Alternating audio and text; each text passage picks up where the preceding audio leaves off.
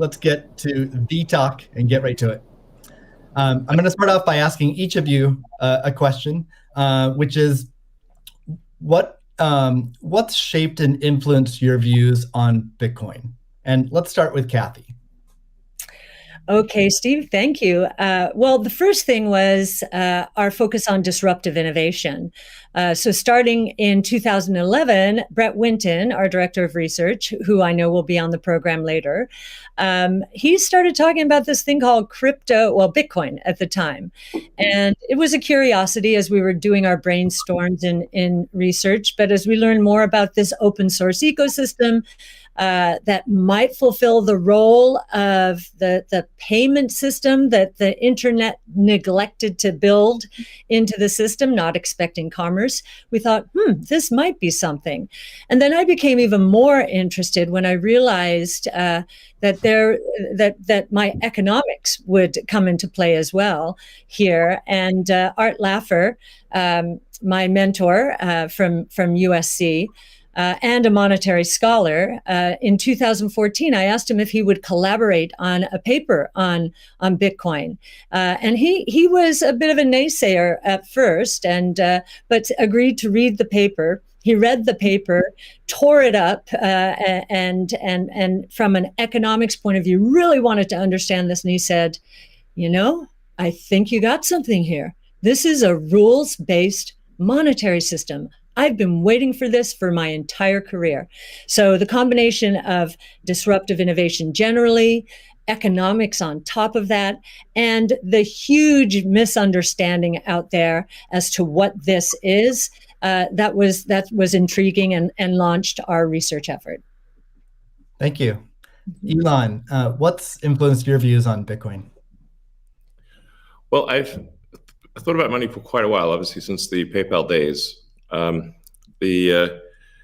then the companies that preceded that, X.com, which I created, and Confinity, which Peter Thiel, Max Levchin, Luke Howry, and others created. When we combined the companies and made PayPal. So I've been thinking about money for a long time. And really, it's best to think of money as an information system, primarily an information system for labor allocation. For practical purposes, it exists in a series of heterogeneous databases, very different databases in bank mainframes around the world.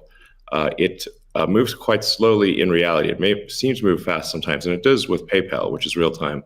But the vast majority of the systems out there are batch processing. So the actual reconciliation may take 1 to 5 business days, sometimes longer. And you have the ACH system, which is ancient and still in operation, which allows transfers effectively like a check would be an ACH transfer, but it's not secure. And you've got the credit card systems, which are also not secure. It would be like handing your username and password to a stranger in a restaurant if you buy a meal. So there's definitely an opportunity for something that is better from an information theory standpoint. So and there you can think of it like data on a network. I think is the way to view it. What has the most throughput? What has the least error? What drops the fewest packets? Fraud, for example, being a source of error. And government interference in currencies being a source of error. But it's fundamentally an information system. So I think it makes sense to support something that improves the quality of information with which we conduct the economy. And Bitcoin is a candidate for that. It does, I think, some things well, and it's obviously it's evolving, and there are additional things like Lightning being done on top of Bitcoin. But Bitcoin per se is mostly solving for scarcity, or rather solving for essentially having no throat to choke, decentralized. So there's no one who can be coerced in any way to empty their Bitcoin account. Well, I guess they could technically, but on an individual basis, but the system as a whole cannot. And it has an open ledger, which is also quite good. But transaction volume is low, transaction cost is high, and usability for the average person is not yet very good, but it has a lot of potential. And I should say that, like, I'm not, and I apologize for taking a long time, but there certainly is a lot to say. In general, I'm a supporter of Bitcoin and the idea of cryptocurrency in general. But as I've said publicly, we do need to watch out for crypto taking, especially Bitcoin, using proof of work to maybe use energy that's maybe a bit too much and not necessarily good for the environment. So, but on balance, I support Bitcoin, and I'm not an investor. The only publicly traded stock I own is Tesla, and the only significant thing I own outside of Tesla is my SpaceX stock that could help create both companies. So, but apart from that, I do own Bitcoin, and Tesla owns Bitcoin, SpaceX owns Bitcoin, and then I do personally own a bit of Ethereum and Dogecoin, of course. So. Okay, great, thank you. And we'll get into some of those issues in more depth as well. Jack, how about you? What shaped your views of Bitcoin? The network and the community. It's deeply principled. It's weird as hell. It's always evolving, and it just reminded me of the internet when I was a kid. And I encountered alt cypherpunks when I was fairly young, and this was a topic of discussion for years. I didn't touch it until 2008 when we started Square. Elon and teams at X and PayPal inspired a lot of what we were trying to do, trying to bring in more to a physical world. But we encountered this crazy predatory system that was slow, that was obtuse. And I think, one of the things that we tried to do, which X and PayPal also tried to do, is build an abstraction layer around this complication and around this predatory nature that the financial industry can tend to be, and make it work for people. But when I saw Bitcoin in 2009, you see a chance to replace the whole foundation. And everything that Elon was talking about in terms of ACH and the credit card networks were built with very different agendas in a very different time frame. And it's crazy that they still exist, and they have scaled, but they just are not relevant to today, and they're certainly not relevant to the future, especially when you consider the entire world and countries like Nigeria or Ghana or India, and its interconnection with countries like the United States and Canada and all over Europe. So what really drove my thinking and drives my passion around it is, like, if the internet gets a chance to get a native currency, what will that be? And to me, it's Bitcoin because of those principles, because of that creation story, because of its resilience, because of the number of tests it's been. But what inspires me the most is just the community driving it. It just reminds me of the early internet. It's the only reason that I have a career, because I learned so much from people like who are building Bitcoin today, and I continue to learn in that sense, and I'm so grateful for it. So that's a good segue into the next question I'd like to ask you, Jack. Is you said before that Bitcoin changes everything. Can you speak more to that? Well, I just think that a lot of what we experience in life, when you really get down to the foundation, a lot of our monetary policies, a lot of our monetary systems cause so much distraction and so much cost. And when you get to a system where you have the potential for people to truly own it, they can verify it themselves. You don't have to have trust going in. You don't have to trust it at all. You can verify it through source code or whatever your appetite is, and that any particular person can help drive the future of it. And at the same time, it's not controlled by any state. It's not controlled by any bank. It's not controlled by any corporation. And these three parties of people who participate in the network, people who mine, and also the developers, constantly debating the correct roadmap and the way forward is a beautiful thing. And I don't know of many other consensus-based models that have existed at that scale for this long with this amount of success. And we're still fairly early. So when, I met a woman in Ethiopia 2 years ago, and she was trying to create the lift for Ethiopia. Elon, I think I reached out to you at that time as well because she really wanted some Teslas. She still has to take paper fiat cash from her passengers and pay all of her drivers in the same way because there's no monetary system that she can utilize. There's nothing digital. And Africa as a continent is hugely interconnected from a monetary standpoint, but also hugely taxed in that same way. So a lot of the potential that I see, the internet having a native currency helps her build her business in a much faster way. And also, if you consider something like Bitcoin existing before YouTube, before Twitter, before Facebook, a lot of the business models that we have today would not be the same. We would certainly not have the dependency we have upon the advertising business model if Bitcoin existed pre-Twitter. And I think the amount of business models that it enables, the amount of innovation it enables going forward, especially when you can consider the whole internet instead of going country by country by country by country, which you have to whenever you're doing with finance, it really just opens the aperture. And that is what I want to see in my lifetime is a currency that is standard and sound for the internet that everyone can use. Great. A hallmark of Bitcoin is its fixed supply of 21 million coins. Elon referenced that earlier. It may be the first system that humans have created that humans cannot later change. Kathy, I'm curious, with your background in monetary history and macroeconomics, what are your thoughts on that type of system? Oh, well, I'll recount the story about Art Laffer and our going through the paper.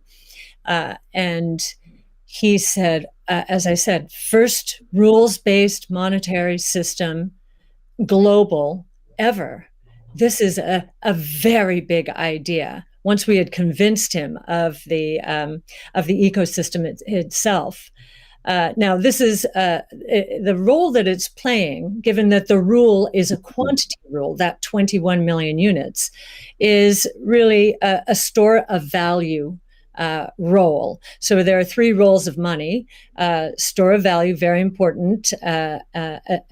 The means of exchange, so for transactions, and the unit of account.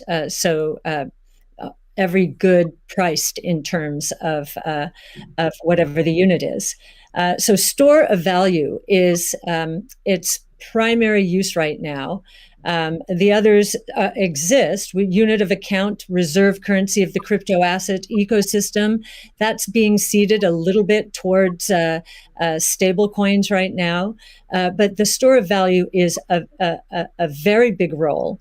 And means of exchange with apps built on top of the Bitcoin blockchain, we think is going to become more of a reality. Right now, high value transactions take place over Bitcoin, and that is a very useful role. So we look at those, and I remember saying to Art, "How big could this be?" And he said, "Well, how big is the U.S. monetary base?"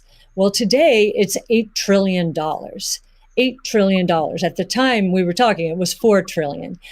So we've gone through another crisis since then. And so this store of value, this idea that purchasing power will go up over time if demand rises relative to supply ultimately fixed at 21 million units. That's a very good thing. Purchasing power going up globally around the world. And this idea that it's a hedge against confiscation of wealth.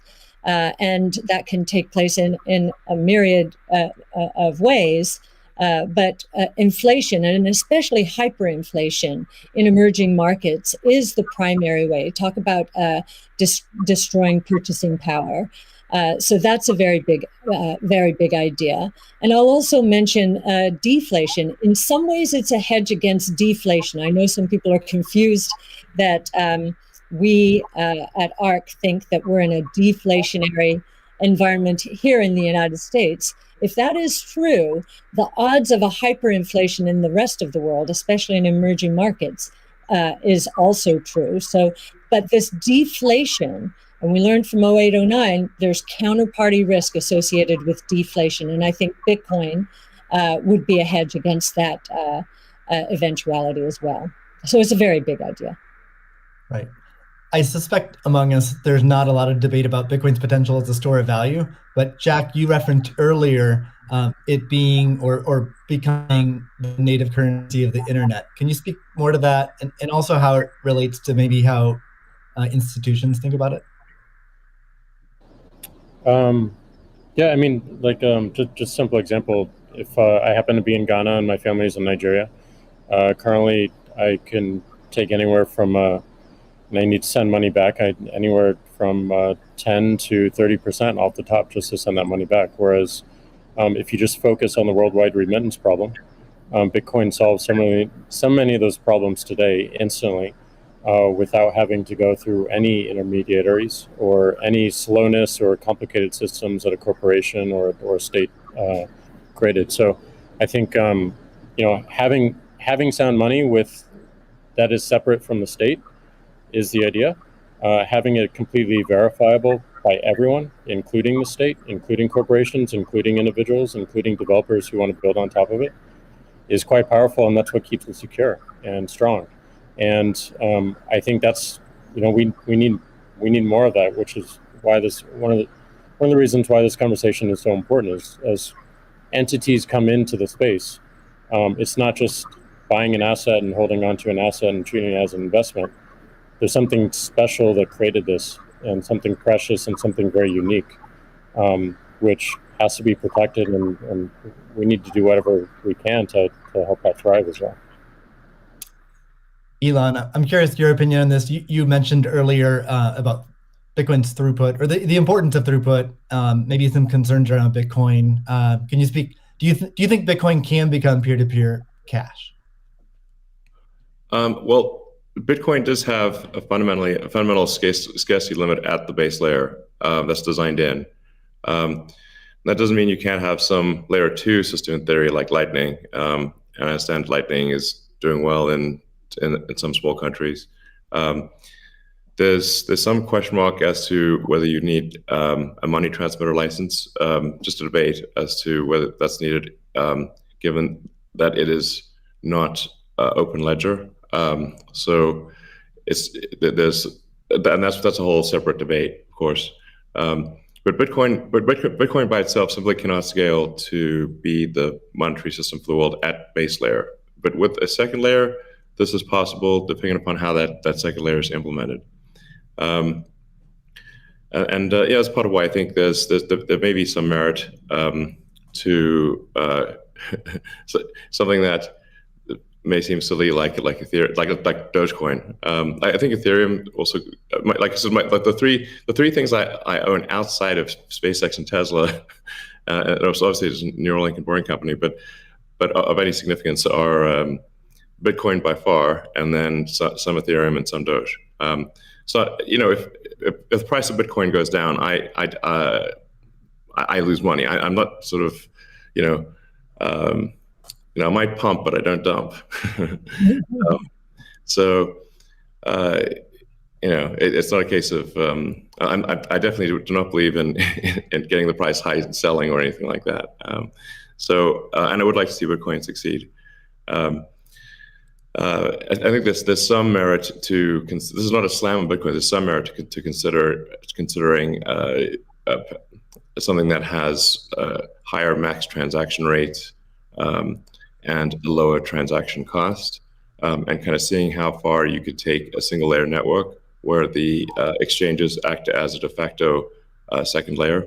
I think you can probably take that further than people realize, and as bandwidth increases over time, latency decreases. SpaceX's Starlink is actually playing a role in this.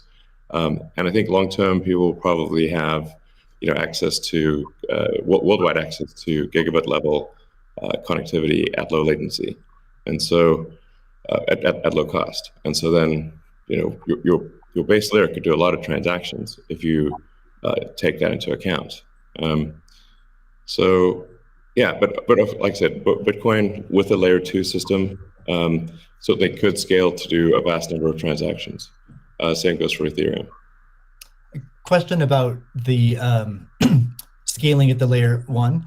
The concern from the past 5 years of debate in the Bitcoin community is that would sacrifice too much decentralization and hurt the censorship-resistant properties of Bitcoin.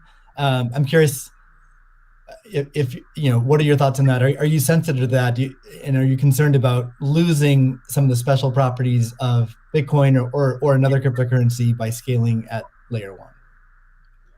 Yeah, I mean, these things it's helpful to use the physics tools of thinking and say, scale up, scale down, and see if it still makes sense.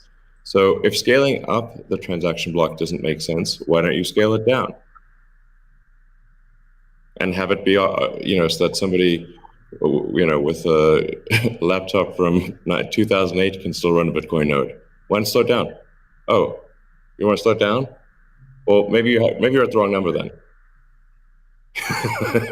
there's actually there's members in the community that do want to slow it down, but I understand your point. It's silly.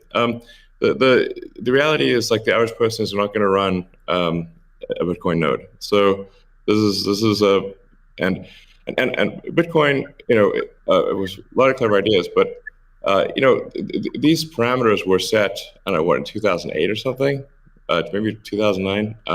And there's been some improvements since then, but not a lot. So, it's sort of if there was still in 2008 there was still a non-trivial number of people on modems. So, now it is quite common to get 100 megabit connection just for a house. Some houses have gigabit connections.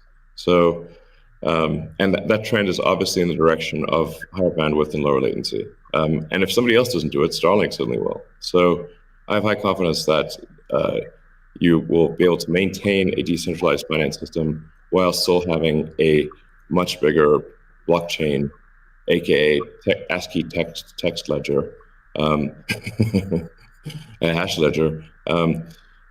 You can make the hash ledger bigger without suffering from decentralization as the average connectivity improves, obviously.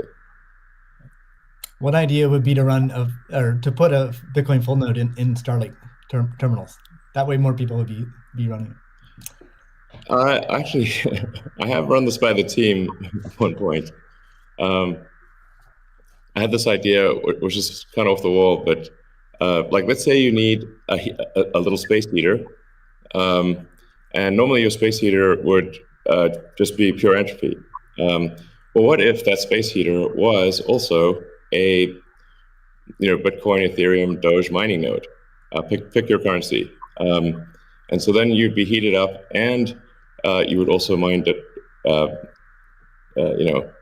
crypto and have connectivity in one. I love that idea. Yeah, I mean, better than running a space heater. Absolutely. Are there any other, so you're drawn to Dogecoin a little bit. Are there any other gaps in Bitcoin that you see that cause you to be drawn towards Dogecoin? Oh, I think, I think there's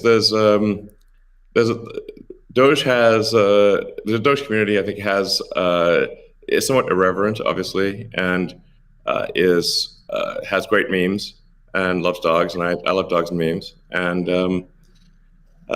it doesn't take itself too seriously, and I think